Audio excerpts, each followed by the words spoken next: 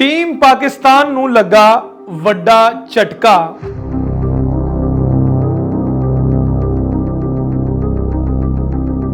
Bowling दी रीढ़ दी हड्डी शहीन शाह अफरीदी होए एशिया कप चों बाहर।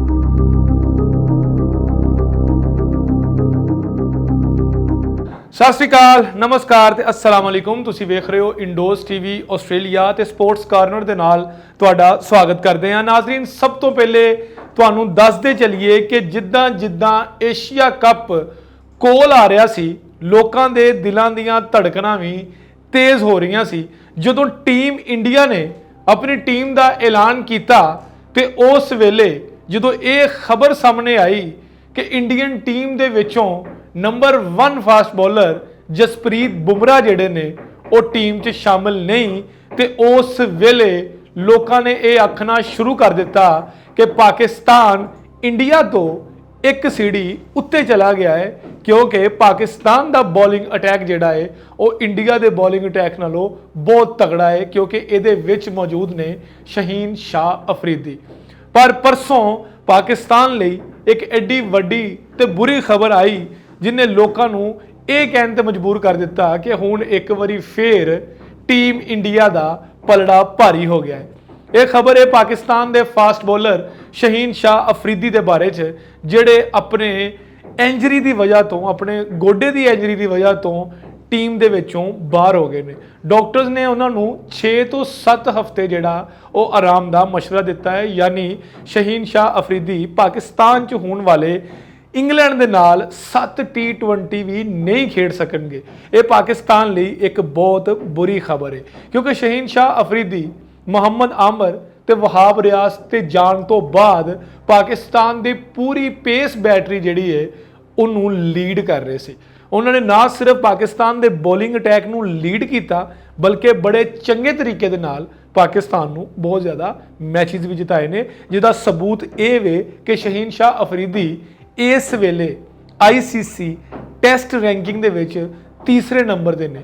पाकिस्तान के किसी भी बॉलर का ICC टेस्ट रैंकिंग के पहले 3 नंबरां च आना बड़ी वड्डी गल है, क्योंकि टेस्ट क्रिकेट पाकिस्तान नूं बहुत थोड़ी मिलती है। इस दे बावजूद भी Shaheen Shah Afridi ICC test championship जिहड़ी हो रही है ਉਹਦੇ ਵਿੱਚ बुमराह ਦੇ ਨਾਲ सब नालों ज़्यादा विकटां लैण वाले बॉलर भी ने।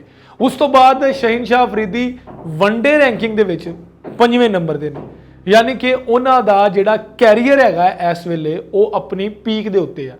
बहुत सारे क्रिकेट माहिरीन ये भी कह रहे थे कि उन्होंने आराम देना चाहिए है, क्योंकि बहुत ज़्यादा मुसलसल 3 फॉर्मेट्स की क्रिकेट खेल रहे हैं, वो अनफिट भी हो सकते हैं। लेकिन पाकिस्तान क्रिकेट बोर्ड की स्ट्रैटजी जी सी बिल्कुल भी समझ नहीं आई कि इन्होंने की करना सी, उहदे विचों की करना सी, क्योंकि एक अहम टूरनामेंट जिहड़ा एशिया कप की शक्ल दे विच, वर्ल्ड कप की शक्ल दे विच, इंग्लैंड की होम सीरीज़ की शक्ल दे विच सामने आ रहा सी, लेकिन पाकिस्तान क्रिकेट बोर्ड ने इहदे उत्ते कंन नहीं धरे ते शहीन शाह अफरीदी नूं मुसलसल खिडांदे रहे। हुण शहीन शाह अफरीदी जिहड़े हैगे वो गोडे की इंजरी की वजह तो 6 तो 7 हफ्तिਆਂ ਲਈ बाहर हो गए हैं। पाकिस्तान क्रिकेट टीम ਲਈ एक बुरी खबर है। हुण पाकिस्तान की अगर पेस बैटरी की गल की जाए तो उन्होंने कोलों सिर्फ हारिस रऊफ है। हारिस रऊफ के अलावा पाकिस्तान को शाहनवाज दानी ने, जिहड़े हाले तक अपने इंटरनेशनल डेब्यू नहीं कर सके। उस तो इलावा उन्होंने तो बाद नसीम शाह ने ते बिल्कुल जूनीयर मोहम्मद वसीम जूनीयर ने। हुण पाकिस्तान के बॉलिंग अटैक का अगर मुवाजना करिए इंडियन बॉलिंग अटैक के नाल, ते इंडिया कोलों हाले भी तजर्बेकार फास्ट बॉलर मौजूद ने, जिन्हें भुवनेश्वर कुमार की अगर असीं गल कर लीए तो इस वेले सब तो उत्ते ने भुवनेश्वर कुमार, उस तो बाद अश्विन ते जडेजा। यह एशिया कप च पाकिस्तान ते इंडिया के मैचेस के विच वाजे फर्क बन के सामने आएंगे। शहीन शाह अफरीदी की इंजरी की वजह तो पाकिस्तान को एक झटका तो जरूर लगा है, लेकिन उम्मीदां जिहड़ियां हैगियां पाकिस्तान दियां वो हले भी अपने पेस बॉलिंग अटैक ते नहीं, क्योंकि पाकिस्तान का स्पिन का बॉलिंग शोभा जिहड़ा वो इंडिया नालों बिल्कुल भी तगड़ा नहीं हैगा। 28 तरीक नूं पाकिस्तान ते इंडिया का जिहड़ा वड्डा मेगा इवेंट होने जा रहा है, उस मैच दे विच जिहड़ा वो पता चलेगा कि शहीन शाह अफरीदी की कमी महसूस होंदी है पाकिस्तान नूं या इंडिया नूं जसप्रीत बुमराह दी। तुसीं उन्नी देर तक वेखदे रहो इंडोज टीवी आस्ट्रेलिया।